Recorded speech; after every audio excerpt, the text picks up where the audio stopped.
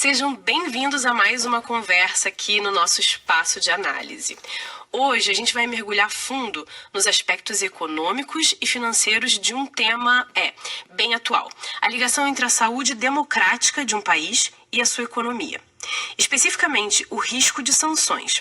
A nossa base para essa conversa é um informativo da ESEB Consultoria, do economista Elcio Siqueira Exídio Barbasa. A ideia aqui é tentar entender a visão dele, sabe? Como é que fatores como liberdade de expressão, segurança jurídica, como isso deixou de ser só valor político e passou a ter um peso real no comércio e no investimento, principalmente pensando na relação com os Estados Unidos. Basicamente, vamos explorar se a democracia virou tipo um pré-requisito econômico. Vamos lá desempacotar isso? Exatamente. É um ponto muito interessante que o Barbosa levanta. A percepção internacional sobre a qualidade da democracia de um país, hoje, parece que mexe diretamente com o quanto ele atrai ou não economicamente. Isso vai bem além dos indicadores clássicos, né? PIB, inflação. A análise dele foca mesmo nas engrenagens financeiras por trás dessa conexão. Interessante isso.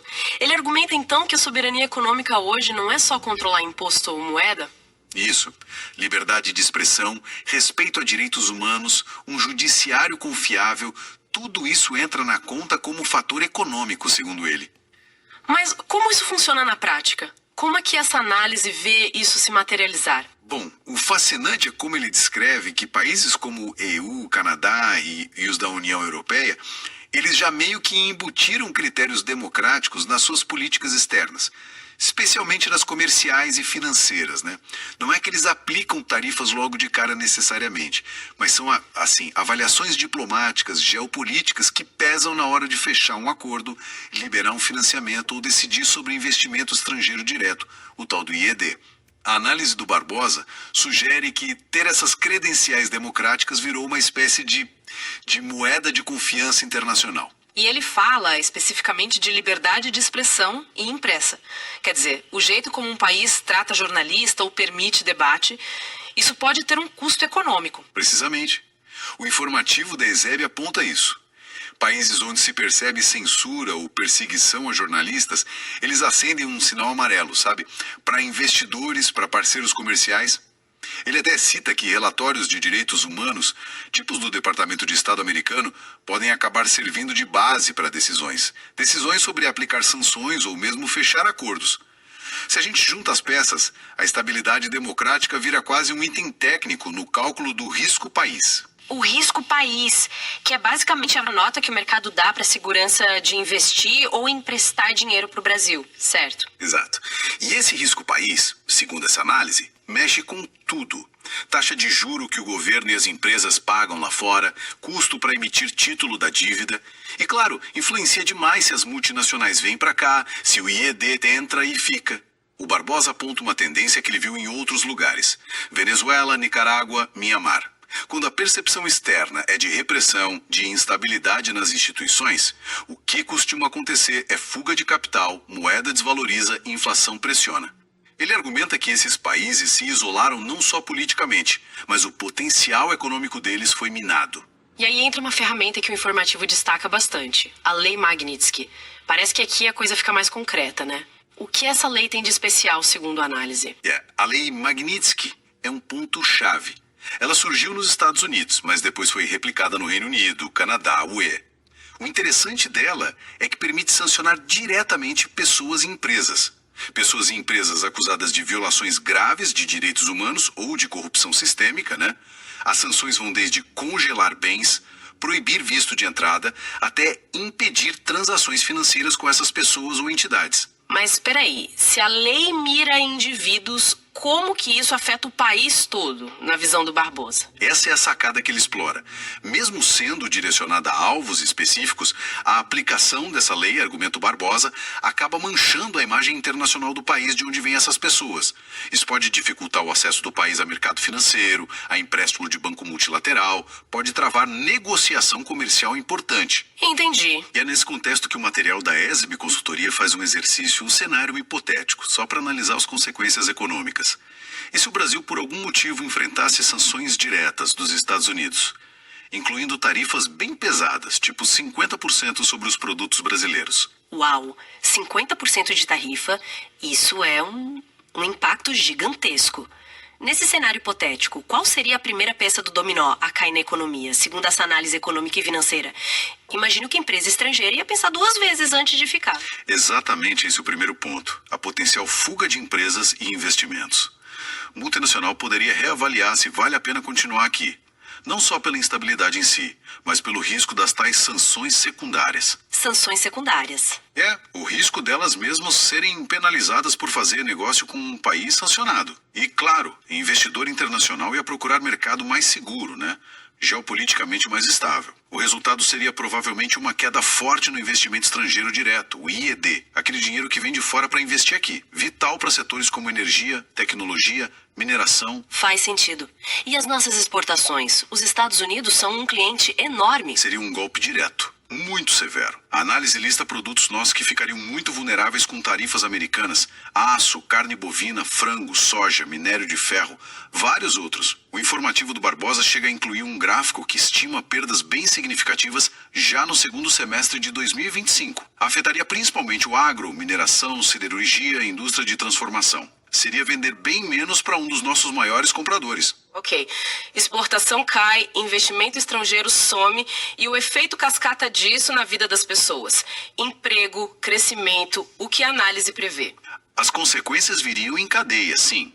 A previsão no estudo é de demissão, em multinacional, em exportadora e em toda a rede de fornecedor que depende delas.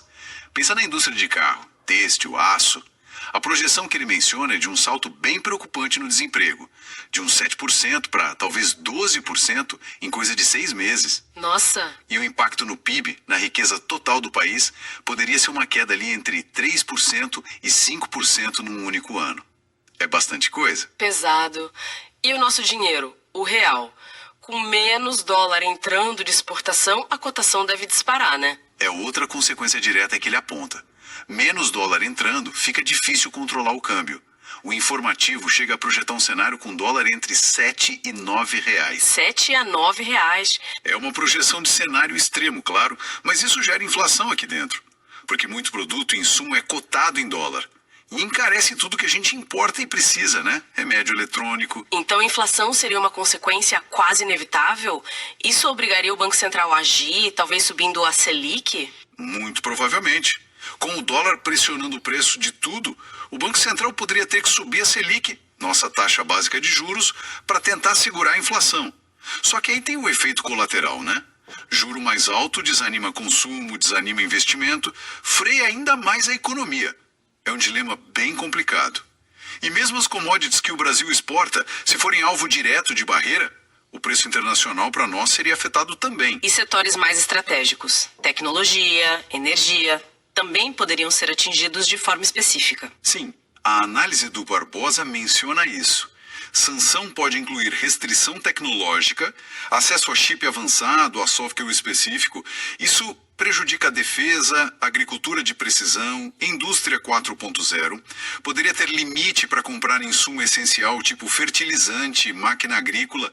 Imagina o impacto na produção de alimento. E o setor de energia, petróleo e gás, também ficaria pressionado. Talvez com embargo, dificuldade para importar equipamento. E a Bolsa de Valores, a B3, como que os investidores reagiriam a esse turbilhão todo? A B3 sentiria forte o impacto, segundo a projeção dele. Teria uma provável fuga de capital estrangeiro, o que derrubaria o valor das ações, especialmente das grandes exportadoras, né? O documento cita exemplos como Vale, Suzano, JBS, Petrobras, Embraer. A volatilidade, aquelas altas e baixas bruscas, aumentaria muito. Isso afasta o investidor mais conservador, talvez atraia mais especulação. Com risco até de circuit breaker? Exato. Risco de circuit breaker. Aquelas pausas quando a queda é muito forte. E tem mais. O real desvalorizado aumenta custo de empresa que depende de importado. Isso pressiona mais a inflação, pressiona mais os juros, desanima o investimento de modo geral. A projeção de queda no Ibovespa seria de 5 a 10% no curto prazo, e o CDS subiria. CDS, o Credit Default Swap, né? o seguro contra calote do país. Isso mesmo. Um CDS mais alto significa que o mercado vê mais risco do Brasil não pagar suas dívidas, o que encarece ainda mais o crédito para o país. É um ciclo. Agora, tem um ponto que eu achei muito curioso na análise. O tal do paradoxo da abundância. O que seria isso exatamente? Esse é um ponto fascinante que o Barbosa traz. A ideia é que, mesmo que sobrasse produto aqui dentro, soja, carne, café, porque a gente não conseguiria exportar tanto para os Estados Unidos, mesmo assim, a queda de preço seria, na melhor das hipóteses, temporária. Ué, mas se tem produto sobrando, o preço não deveria cair e ficar baixo? Parece lógico, né? Mas a análise aponta alguns poréns. Primeiro, muito produto é perecível, não dá para guardar para sempre. Segundo, custo de armazenar aumenta. E terceiro, talvez o mais importante, o produtor, vendo que não vende e está tendo prejuízo, ele ia cortar a produção lá na frente para se proteger, não ia continuar produzindo no mesmo ritmo. Ah, entendi. Então a inflação viria por outro caminho, não pela falta do produto em si. Exato. A inflação viria principalmente pelo canal cambial, que a gente já falou. O dólar muito caro, o texto sugere que passaria fácil de R$6, encareceria demais os insumos importados que são vitais para a própria produção no campo e na indústria. Pense em fertilizante, defensivo agrícola, peça de máquina, combustível, por causa da paridade internacional. Até embalagem, ração para animal. Então, o paradoxo é esse. A gente poderia ter produto físico sobrando aqui, mas o preço no supermercado continuaria subindo. Por quê? Por causa do aumento geral do custo de produzir tudo, puxado pelo dólar. Mas peraí, o Brasil tem reservas internacionais grandes, não tem? Acho que a estimativa no texto para 2025 era uns 345 bilhões de dólares. Isso não ajuda a amortecer esses choques? Ótima pergunta. E a análise econômica e financeira do Elcio Barbosa toca nesse ponto sim. As reservas são muito importantes, sem dúvida. Elas garantem liquidez, né? Garantem que o país tem dólar disponível. E o Banco Central pode usar essas reservas para intervir no câmbio. Comprar, vender dólar, para tentar suavizar as altas e baixas. Manter alguma estabilidade. Isso ajuda na confiança. Então elas ajudam a segurar o dólar? Ajudam a moderar a volatilidade, mas não fazem milagres, segundo a visão apresentada ali. As reservas não são usadas para subsidiar o preço do pãozinho na padaria, entende? Se a causa da pressão no dólar for uma fuga forte de capital investidor tirando dinheiro daqui com medo das sanções, da instabilidade mesmo, com reserva alta, o dólar pode continuar subindo. E a inflação que vem junto com essa desvalorização acaba se espalhando. A demanda interna sozinha não conseguiria absorver todo o excedente exportador. As reservas são um escudo importante, claro, mas não impediriam todo o estrago econômico das sanções nesse cenário hipotético. Entendido. Além dessa confusão toda na economia, a análise do Barbosa fala de outros impactos mais amplos, tipo a posição do Brasil no mundo. Sim, ele aborda o risco de um isolamento geopolítico. O Brasil poderia ficar numa sinuca de bico, sabe? Talvez ter que escolher entre o mercado americano e se agarrar mais a outras alianças, tipo os BRICS. E isso poderia significar perder voz, perder espaço em fóruns globais importantes, como o G20, a OMC. E aqui dentro, no Brasil, como a sociedade poderia reagir a um cenário de crise econômica e isolamento desse tipo? O material do Barbosa prevê reações sociais bem significativas. Poderia ter greve, protesto contra desemprego, contra inflação, uma pressão enorme sobre o governo para negociar uma saída, para mudar a política externa. O desgaste da imagem lá fora poderia virar crise política aqui dentro. Ele sugere até que poderiam surgir movimentos sociais pedindo mais autossuficiência para o país, em tecnologia, em alimento. Ele menciona greves especificamente como de caminhoneiro, produtor rural? Sim, e ele vê essas greves como um termômetro importante da tensão social e econômica. Greve em setor-chave pode causar desabastecimento, o que joga mais lenha na fogueira da inflação. Pode interromper até a exportação, que não foi sancionada diretamente, paralisar ainda mais a economia. E ainda impacta a arrecadação de imposto do governo. Ou seja, as greves poderiam amplificar a crise. Diante desse quadro bem sombrio que ele desenha, a análise aponta alguma luz no fim do túnel? Alguma estratégia que o Brasil poderia usar para diminuir o estrago? Sim, o economista lista algumas possíveis respostas. Uma seria correr atrás de acordo comercial emergencial com outros parceiros grandes, China, Índia, países árabes, para tentar compensar a perda do mercado americano. Outra seria incentivar a tal substituição de importações. Tentar produzir aqui coisa que hoje a gente compra de fora, para depender menos, principalmente de tecnologia. Ele até menciona a ideia de criar uma moeda digital lastreada em commodity como alternativa ao dólar em algumas transações. E claro, investir em política pública para gerar emprego aqui dentro, intensificar a diplomacia para tentar resolver o conflito e reverter as sanções. Então, para amarrar tudo isso, qual é a mensagem principal que o Elcio Siqueira Egídio Barbosa quer passar com essa análise toda, focada nesses aspectos econômicos e financeiros? Olha, a tese central dele parece bem clara. No mundo de hoje, globalizado, com o dinheiro circulando na velocidade da luz e onde barreira diplomática custa caro em comércio e investimento, ter uma democracia que funciona bem, com liberdade de expressão de verdade, justiça vista como imparcial, respeito a direito civil, segurança jurídica para contrato e investimento, isso, segundo ele, deixou de ser só um ideal bonito. Virou um fundamento econômico e estratégico. O informativo até faz uma espécie de ranking da importância de cada ponto para evitar sanção. Liberdade de imprensa, alta relevância. Direitos humanos, alto. Anistia e justiça política, média alta, porque mostra estabilidade. Censura de opositor, alta relevância negativa, porque gera desconfiança total. E ter uma democracia plena seria essencial para manter acesso a mercado, acordo preferencial. Ou seja, cuidar das instituições democráticas seria, na prática, fazer política econômica. É isso. Essa é a conclusão que a análise do Barbosa sugere com muita força. Preservar as instituições seria o jeito mais eficaz de manter a confiança de investidor, de parceiro internacional, evitar sanção tarifária pesada, isolamento financeiro e, por tabela, proteger a economia e até a segurança alimentar do pessoal aqui dentro, evitando aquele paradoxo da abundância. Ter produto sobrando no campo, mais caro na cidade por causa do desequilíbrio todo causado pela instabilidade externa.